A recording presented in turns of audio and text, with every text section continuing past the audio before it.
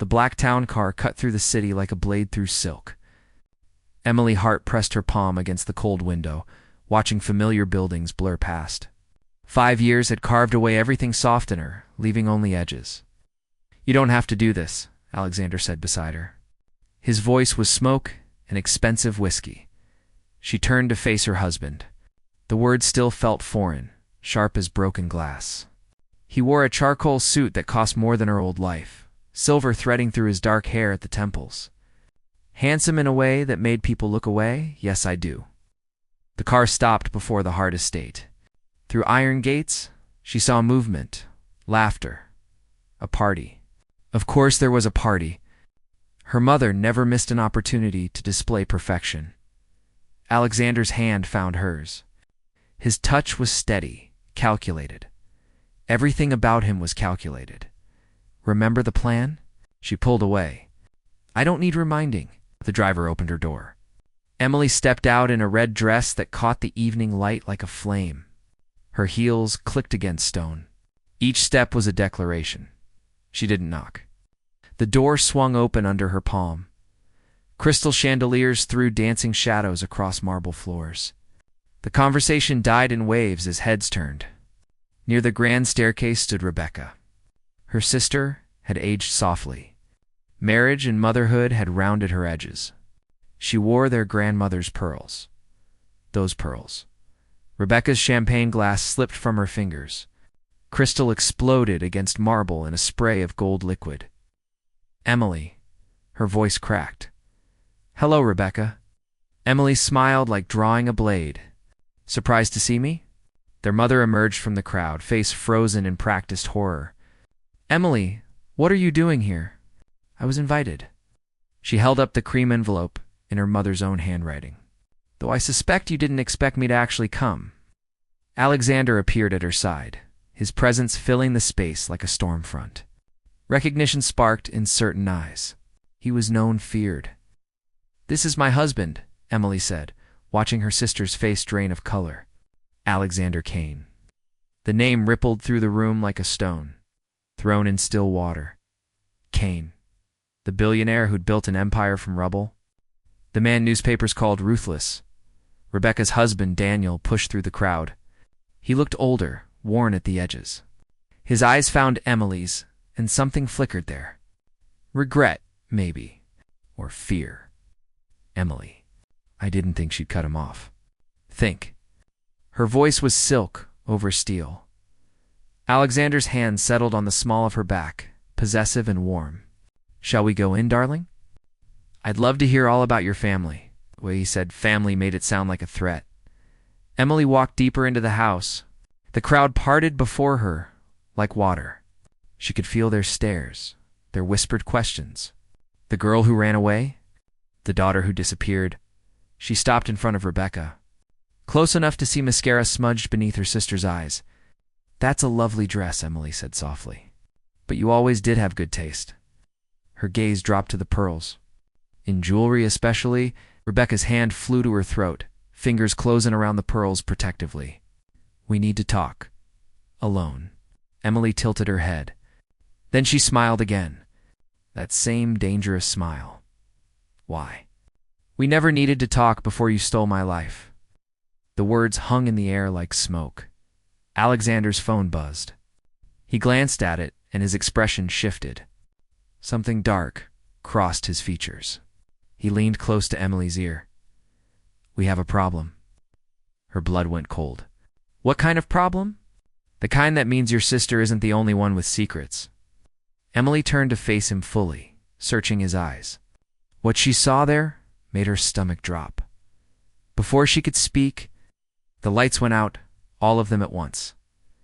The mansion plunged into darkness. A woman screamed. Glass shattered somewhere in the dark.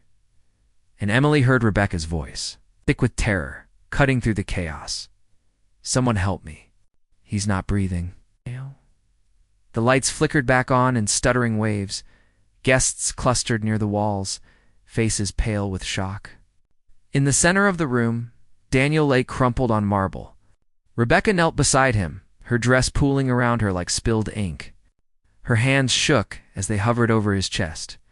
Emily's body moved before her mind caught up. Years of distance collapsed in a heartbeat. She was across the room, dropping to her knees beside the man who'd once promised her forever. "Move," she said to Rebecca.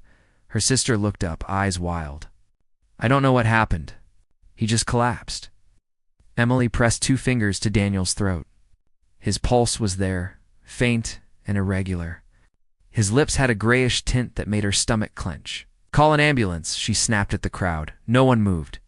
Now, Alexander was already on his phone, voice clipped and commanding. Behind him, their mother stood frozen, one hand pressed to her mouth. Emily tilted Daniel's head back, checking his airway. Her hands remembered the training from a lifetime ago. Muscle memory overriding years of anger. "Emily, please." Rebecca's voice broke. "Please save him." The words were a knife between ribs. Please save him. The man Rebecca had stolen? The father of her child?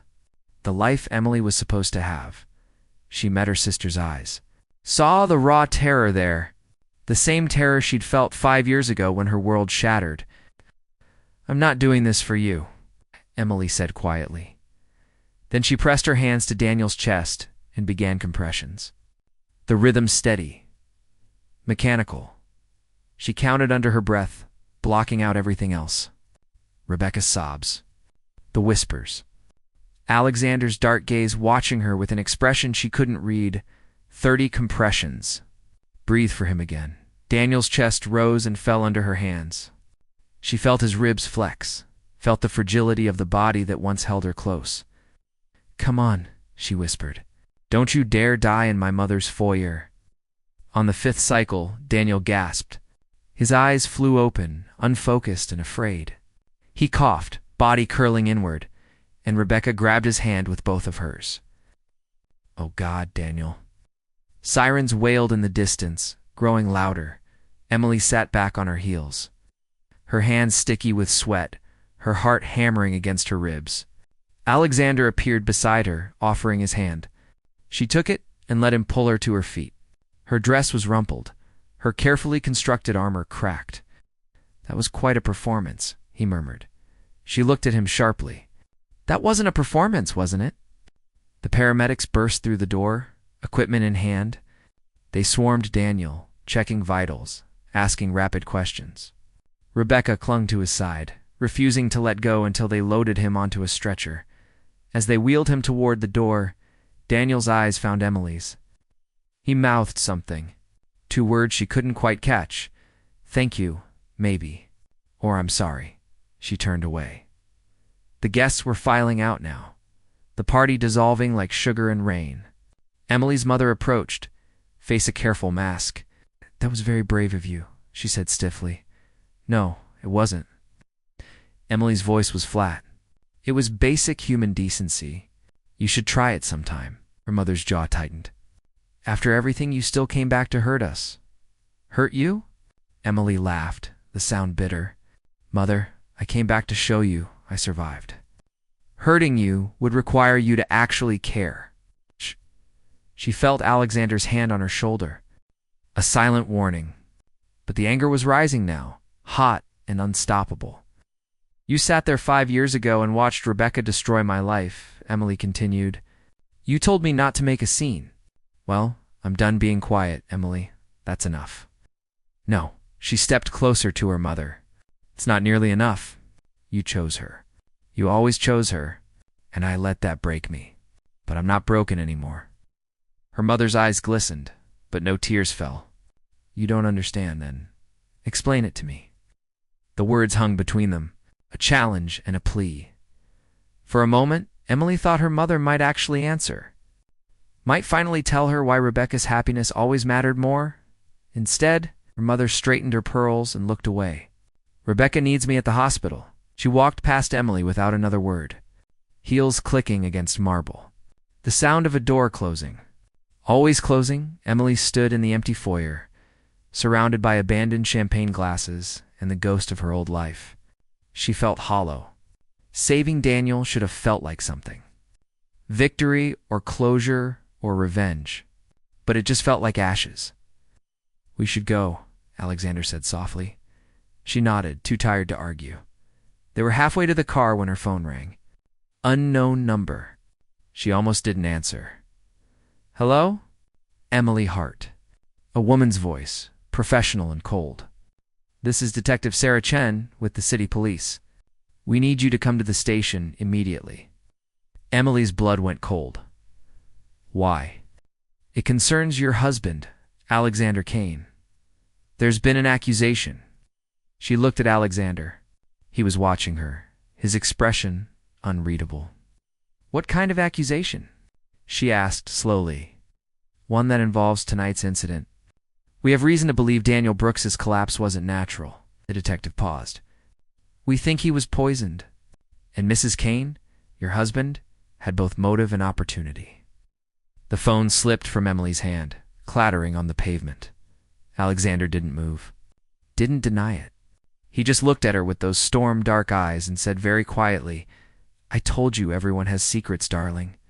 Even me. The police station fluorescent lights buzzed like trapped insects. Emily sat in a hard plastic chair, watching Alexander through one-way glass. He looked calm, almost bored, as Detective Chen questioned him. His lawyer sat beside him, a sharp woman in a sharper suit. Emily's hands trembled in her lap. She pressed them together until her knuckles went white. Mrs. Kane. A younger detective appeared beside her, holding a styrofoam cup of coffee. You should drink something. She didn't take it. Did he do it? The detective's face remained neutral. We're investigating. That's not an answer. It's the only one I can give right now. Through the glass, Alexander glanced up as if he could feel her watching. Their eyes met. Something passed between them. Recognition. Understanding. The acknowledgement of two people who'd built a life on carefully constructed lies. The door to the interrogation room opened. Alexander stood, adjusting his cuffs, and walked out with his lawyer. No handcuffs. No charges. Just that same unsettling calm. He found Emily in the hallway. She backed away instinctively. Don't, she said. Don't what? Don't explain. Don't lie. Don't tell you the truth. He stepped closer, and she hated how her body still responded to his presence. You wanted revenge, Emily? I gave it to you. I never asked you to poison anyone. You didn't have to ask. His voice dropped lower. Do you know what I saw 5 years ago? A woman standing in the rain outside my building at 3 a.m, soaked to the bone, broken. You were going to jump. His breath caught. She'd never told anyone about that night. About standing on the edge of the bridge, about the stranger who'd talked her down. That was you? I pulled you back from that ledge, Alexander said. I gave you a reason to live. A purpose. Revenge is a powerful motivator, Emily. It kept you breathing when nothing else would. So what? This was all some twisted rescue mission. Her voice shook. You married me out of pity? I married you because I recognized myself in you. His eyes were dark, fathomless. We're the same, you and I. Broken people who learn to weaponize our pain. I'm nothing like you, aren't you? He moved closer still, until she could feel the heat radiating from him. You came back tonight wearing revenge-like armor. You wanted to watch them squirm. Don't pretend you're innocent in this. There's a difference between wanting justice and committing murder, is there? Alexander tilted his head. When you were performing CPR on Daniel, part of you wondered if you should just stop. Let him die. I saw it in your eyes. Emily slapped him. The sound cracked through the hallway like a gunshot. Alexander's head turned with the impact. But he didn't move otherwise. When he looked back at her, there was something raw in his expression. Something almost like pain. I didn't poison him, he said quietly. Then who did? That's what we need to find out. He reached for her, but she jerked away. Emily, listen to me. Someone is trying to frame me, which means they're trying to hurt you too. Why would anyone want to hurt me? I've been gone for 5 years because you came back.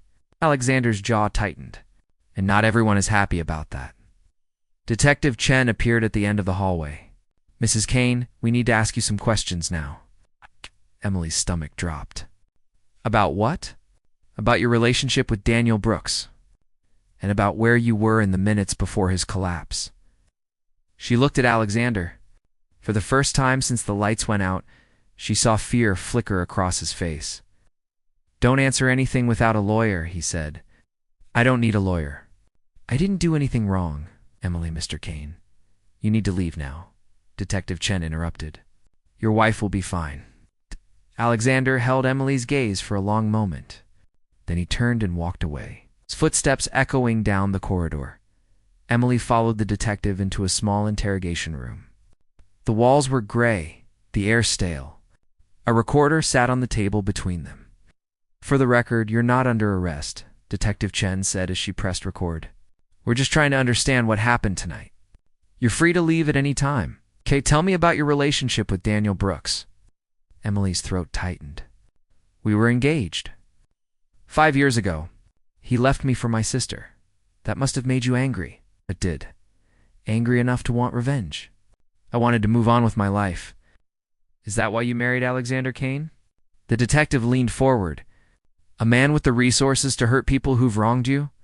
"I married Alexander because I fell in love with him." It was a lie, but it sounded convincing. She'd practiced it enough times. Detective Chen studied her face. "Mrs. Kane, we found traces of digitalis in Daniel Brooks's bloodstream. It's a cardiac medication that can be fatal in high doses. Do you know where someone might obtain digitalis?" Emily's mind raced. "No, why would I? Your husband's company manufactures pharmaceuticals, including digitalis." The room tilted. Emily gripped the edge of the table. "That doesn't mean anything.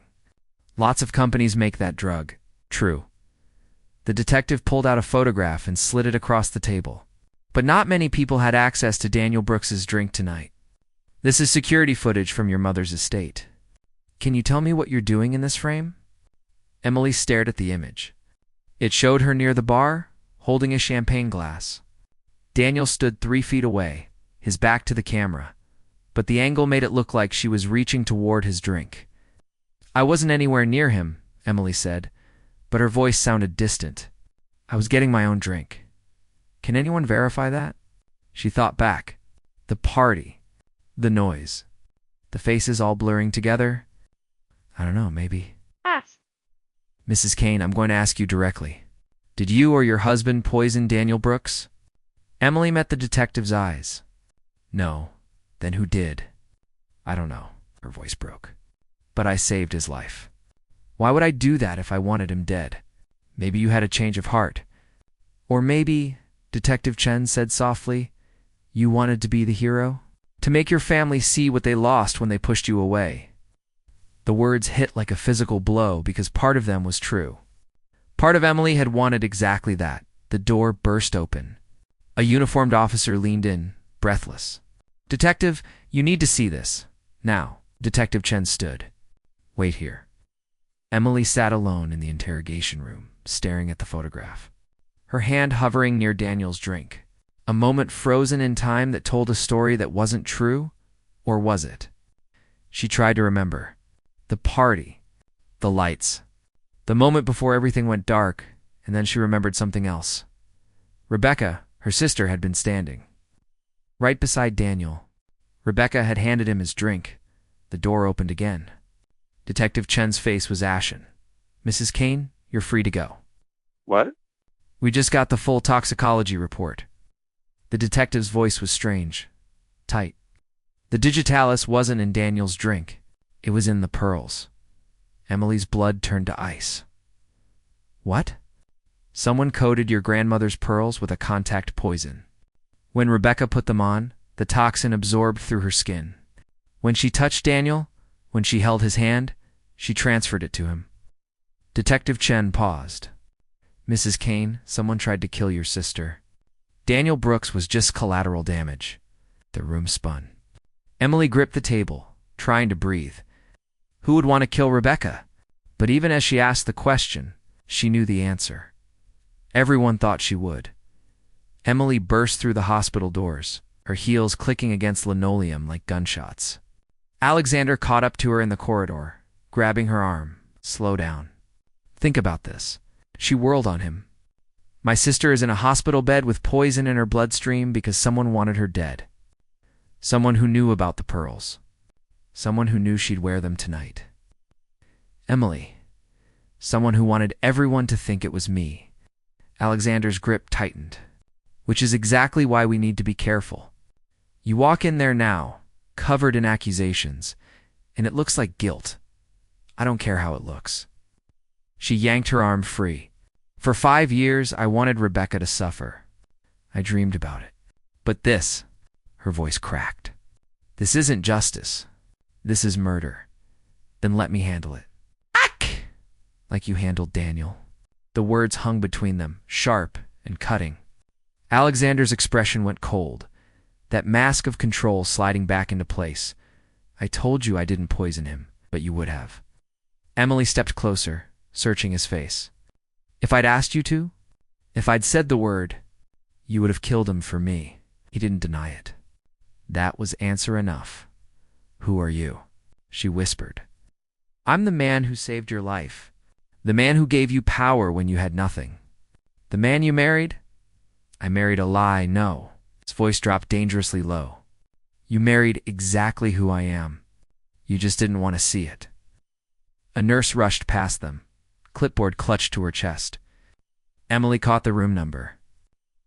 347. She started walking. Emily. Wait. But she was already pushing through the door. Rebecca lay in the hospital bed, pale as the sheets. Anne, the fourth, dripped clear fluid into her arm. Her mother sat beside her, holding her hand. Both women looked up as Emily entered. Get out, her mother said immediately. Mom, please? Rebecca's voice was weak. Let her stay. Emily moved closer to the bed. Up close, she could see the grayish tint still clinging to Rebecca's lips, the way her hands trembled. How are you feeling? Like I almost died. Rebecca tried to smile, but it wobbled. They said if I'd worn the pearls longer, if Daniel hadn't collapsed first, I would have. So I guess I owe him my life. Emily said quietly. I did the CPR that saved him, I know. Rebecca's eyes filled with tears. Thank you. The words were too simple for the weight they carried. Emily sank into the chair on the other side of the bed. Who did this to you? The police think. Rebecca glanced at their mother. They think you did. I know what they think. I'm asking what you think. Rebecca studied her face for a long moment. You're not capable of this. I took everything from you, Emily. Your fiancé. Your life. Your place in this family. If you wanted to kill me, you would have done it 5 years ago. Maybe I just waited. No. Rebecca shook her head. You saved Daniel. You didn't have to do that. You could have let him die and blamed it on whoever poisoned me. But you didn't. She squeezed Emily's hand weakly. You're not a killer. Their mother made a sharp sound. This is absurd. Emily shows up after 5 years with that man, and suddenly people are poisoned. It's not a coincidence. Alexander didn't do this either, Emily said. How do you know? Because if he wanted you dead, you'd be dead. The certainty in her voice surprised even her. Alexander doesn't make mistakes. The door opened. Detective Chen entered, followed by 2 uniformed officers. Rebecca Hart. I need to ask you about the pearls. Who had access to them before tonight? Rebecca's face went blank. They were in the family's safe. Only 3 people have the combination. My mother, myself, and she stopped. Her eyes went wide. And who? Detective Chen pressed. Daniel. Rebecca's voice was barely a whisper. My husband has the combination. The room went silent. Oh. Their mother said sharply. Daniel would never. He's been acting strange lately, Rebecca continued, the words tumbling out faster now. Distant. Angry. He said we were drowning in debt. That my family's money wasn't enough anymore. Emily's stomach twisted. What kind of debt? Gambling. Bad investments. I don't know. He wouldn't tell me the details. He just kept saying we needed more. That we deserved more. Detective Chen pulled out her phone. Where is your husband now, Mrs. Brooks? Downstairs? Room 203. They're monitoring him overnight because of the heart episode. The detective nodded to the officers. They left quickly, their radios crackling to life. Emily stood, her mind racing. If Daniel needed money, Poisoning Rebecca doesn't make sense. She's his wife. He'd lose everything if she died, unless he had life insurance. Alexander's voice came from the doorway. He held his phone up. I just had my people look into Daniel Brooks's finances. He took out a $10 million policy on Rebecca 6 months ago. He's drowning in debt, nearly bankrupt. Rebecca made a choked sound. No, he wouldn't. But Emily saw the truth crystallizing in her sister's eyes. The realization that the man she'd stolen, the man she'd built a life with, had tried to murder her for money. He poisoned the pearls, Emily said slowly, knowing you'd wear them tonight. Knowing you'd be at the party. He probably planned to make it look like heart failure. Natural causes. But then I showed up, Alexander added. And suddenly there was a more obvious suspect. Me, the vengeful husband. So he switched plans, Emily continued. He made sure people saw me near his drink. Made it look like I poisoned him to throw off suspicion. But he didn't count on one thing. Alexander met Emily's eyes across the room. He didn't count on you saving his life. The irony was almost funny. Almost shouting erupted from downstairs. A crash. More shouting. Detective Chen's radio crackled. Suspect is fleeing. South stairwell. All units respond. She ran from the room. Alexander moved to follow, but Emily grabbed his arm. Let them handle it. Tried to kill your sister. He tried to frame us both. I know. Emily's voice was steady now. Clear. But this is where it ends. No more revenge. No more blood. We let the police do their job. Alexander stared at her. Since when do you trust the police? Since I realized that becoming like him, like Daniel, like the people who hurt me, means they win? She held his gaze. I'm done letting them win. For a moment, she thought Alexander would argue, would push back against this sudden display of morality, but instead, something shifted in his expression. Something almost like respect. Okay, he said simply. More commotion from the hallway. Then silence. Heavy and absolute. Detective Chen appeared in the doorway, her face grim. We have him.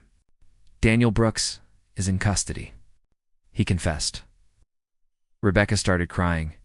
Not soft tears, but deep, wrenching sobs that shook her whole body.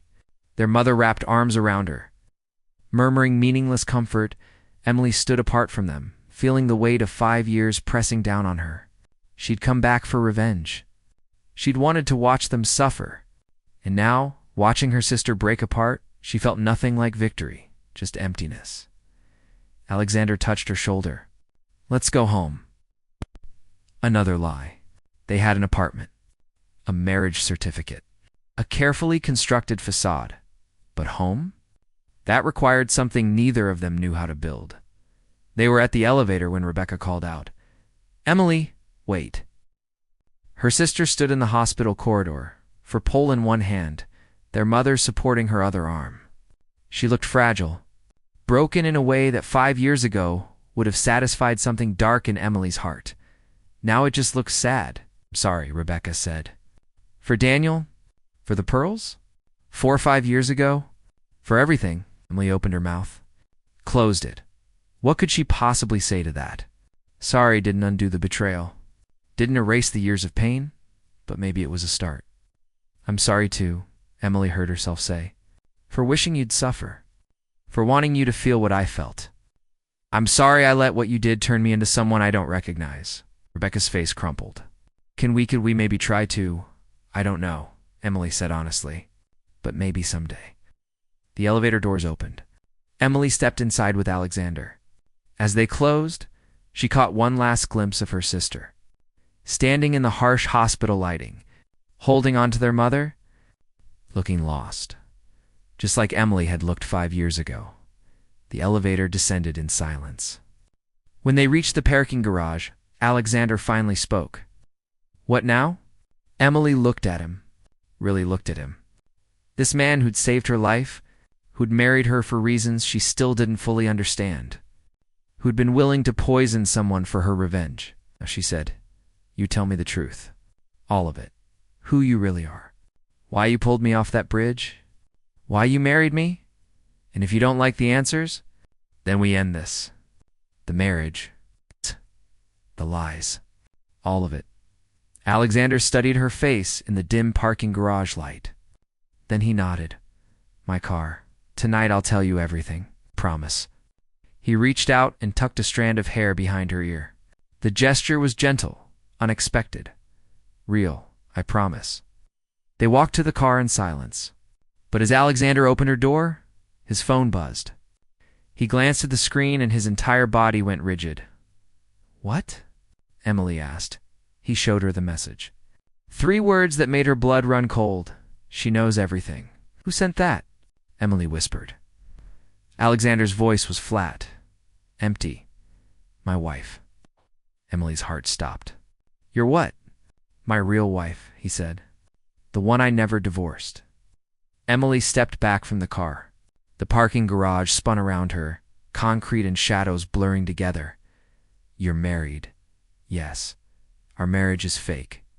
Legally? Yes. The words hit like physical blows. Emily pressed her hand against the cold car door, trying to breathe, trying to think. But her mind was static and white noise. 5 years, she whispered. 5 years of this lie. Alexander moved toward her, but she held up a hand, stopping him. Don't. Just don't. Her voice shook. Tell me everything. Now. He leaned against the car, and for the first time since she'd known him, he looked tired. Human, the mask finally cracking. We married young. Too young. I built my company from nothing, and she was there through all of it. The poverty, the failures, the years of barely surviving, and then you got rich. And then I got rich. Alexander's jaw tightened. I became the man she always said I could be, but it changed me, made me cold, ruthless. She said I became a stranger. She left, so you divorced. I tried to. She refused. Said if I wanted out, I'd have to give her half of everything I'd built. Half of the company I nearly died creating. His eyes went dark. I couldn't do it. So we've been separated for 7 years. Legally married. Functionally dead? Emily's mind raced. The night you found me on the bridge. Why were you there? Because I was going to jump to. The confession hung in the air between them. Raw and honest and devastating. My company was hemorrhaging money. A hostile takeover was days away from succeeding. I was about to lose everything again. Again, Alexander looked at her, really looked at her. And then I saw you. This woman standing on the edge. And I recognized that look in your eyes because I saw it in the mirror every morning. So you saved me to save yourself. I saved you because I couldn't let you make the mistake I was about to make. And then we talked. All night. In that diner on 5th Street, you told me about Rebecca, about Daniel, about feeling invisible in your own family, Emily remembered. The stranger with storm-dark eyes, the man who'd bought her coffee and listened to her break apart. She hadn't known his name, hadn't cared. He was just another broken person in a city full of them. Said revenge was pointless, Emily said. That night, you told me to let it go. I lied. Alexander's voice was rough. Because talking to you, hearing your story, gave me an idea. What if revenge wasn't pointless? What if it could save us both? What are you talking about? Your family, the Hart estate, your mother's connections, your sister's husband's business dealings. I needed access to that world, to the old money networks that were trying to destroy my company. He stepped closer. And you needed power, protection, a way to show them you weren't just the girl they threw away. Emily felt sick. So you married me for business connections? I married you because we could help each other. Because you understood what it felt like to lose everything. Because you were the only person who made me feel human in 7 years. His voice dropped. And because I was falling in love with you. Don't. The word came out broken. Don't say that now. It's true. It's manipulation. Both things can be true. Emily wanted to scream. To hit him, to run. But her legs wouldn't move. She stood there, trapped between the past and the present and the wreckage of 5 years built on lies. Who's Victoria?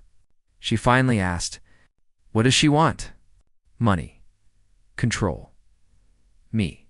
Alexander's phone buzzed again. He glanced at it and his face went pale. She's here. In the garage. Car door slammed somewhere in the shadows. Heels clicked against concrete. A woman emerged from the darkness, tall and elegant in a black dress. Her hair was dark auburn, her lips red as blood. She looked at Alexander with a mixture of hatred and hunger that made Emily's skin crawl. "Hello, darling," Victoria said. Her voice was honey and poison. "Miss me? What do you want?" "What I've always wanted.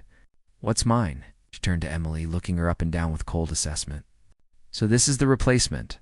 The sad little revenge project. How's that working out?" "Victoria, leave her alone." "Why?" "You involved her in this mess." "In our mess?" Victoria's smile was sharp. "Did he tell you about the prenup, sweetie? The one that says if he remarries before our divorce is final, I get everything. The company. The money. All of it." Emily looked at Alexander. "That's why you never divorced her. That's why I couldn't. But you married me anyway. Knowing it was fraud. Knowing she could destroy you. I needed the Hart family connections to save my company," Alexander said. "I was desperate.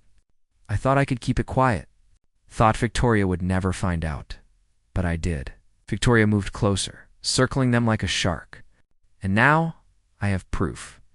Photos, documents, everything I need to take him for every penny. Unless what?" Emily asked. "Unless you disappear. Again." Victoria's eyes glittered. "Go back to whatever hole you crawled out of 5 years ago. Pretend this marriage never happened. Let me have my husband back." "You don't want him back," Emily said. "You want his money?" "Same thing." Emily looked at Alexander, saw the fear in his eyes, the realization that he was about to lose everything. Again, she thought about the night on the bridge, about the man who'd pulled her back from the edge, about 5 years of carefully constructed lies, and the moment tonight, when he'd been willing to poison someone for her revenge. He'd used her, manipulated her, married her under false pretenses, but he'd also saved her life. The question was, did she save his? "What happens if I don't disappear?" Emily asked Victoria. "I go to the police. Tell them about the fraud. About the illegal business deals Alexander made using your family name. About the pharmaceutical company violations that got Daniel's heart medication onto the black market." "Ow." Victoria's smile widened. "Did you know that? That your husband's company supplied the digitalis that nearly killed your sister's husband?" Emily felt the ground shift beneath her feet. "That's not possible." "It's very possible. Alexander has been cutting corners for years, bribing inspectors, falsifying records, all to keep his precious company afloat." Victoria looked at Alexander. "Tell her I'm lying. He didn't." "Oh, God," Emily whispered. "The poison. It came from you." "I didn't know," Alexander said quickly. "I didn't know Daniel would use it. I didn't even know he'd bought it from us." "You knew someone could." His silence was answer enough. Emily turned away, bile rising in her throat. Everything was connected. Daniel's desperation, the poisoned pearls, Alexander's company, her revenge. All of it tangled together in a web of lies and manipulation and blood. "So here's the deal," Victoria said. Emily walks away. "Files for annulment. Disappears. And I'll keep quiet about the pharmaceutical violations. Alexander keeps his company. Everyone wins. Except me," Emily said. "You get your life back. Isn't that what you wanted 5 years ago?" "To escape." Emily looked at Alexander. Really looked at him. Past the expensive suit and the storm-dark eyes and the masks he wore. She saw the broken man from the bridge. The one who'd been about to jump. The one who'd saved her because he couldn't save himself. They were the same. Both clinging to revenge because it was easier than healing. Both using each other because they didn't know how to be whole alone. "If I stay," Emily said slowly, "Victoria destroys you. The fraud charges. The pharmaceutical violations. You lose everything and probably go to prison." "Yes, and if I go, you get to keep your company. Your money. Your life, Yes, but you stay married to her. Alexander's jaw tightened. Technically, Emily laughed. The sound was bitter and broken and free. You know what the funny thing is? 5 years ago, I would have done anything to hurt the people who hurt me. I would have burned the world down for revenge. She looked at Victoria. But watching my sister almost die tonight, watching her realize the man she stole from me tried to murder her, I felt nothing. No satisfaction. No justice. Just emptiness? So you'll leave? Victoria pressed. No. Emily turned to Alexander. I'll stay if you want me to. Emily, you don't understand what you're saying. If you stay, I lose everything. I know. You'd sacrifice your freedom for me? After everything I've done? No. Her voice was steady now, clear. I'd sacrifice it for myself. Because walking away now means letting revenge define the rest of my life. Means letting you and Victoria and Rebecca and everyone else who hurt me control who I become. She stepped closer to him. I'm done being defined by pain. Done being the girl on the bridge. If I'm going to move forward, it has to be my choice. Not yours. Not theirs. Mine. Alexander stared at her. You're insane. Probably, Emily smiled. A real smile this time. But at least I'm free. Victoria's face twisted with rage. You stupid little girl. You have no idea what you've just done. Actually, I do. Emily pulled out her phone. Dialed a number. Detective Chen, this is Emily Hart. I have information about pharmaceutical fraud at Kane Industries, and I'd like to make a statement. Emily, don't, Alexander said, but she was already talking. Already telling the truth. All of it. The fake marriage. The illegal medication. The corner cutting and bribery and lies. Everything. When she hung up, Victoria was gone. Fled into the shadows like the predator she was. Alexander leaned against the car, looking defeated, destroyed. Why? He asked quietly. Because you were right. That night on the bridge, revenge is pointless. It doesn't heal anything. It just creates more pain. Emily sat beside him. You saved my life. Now I'm saving yours.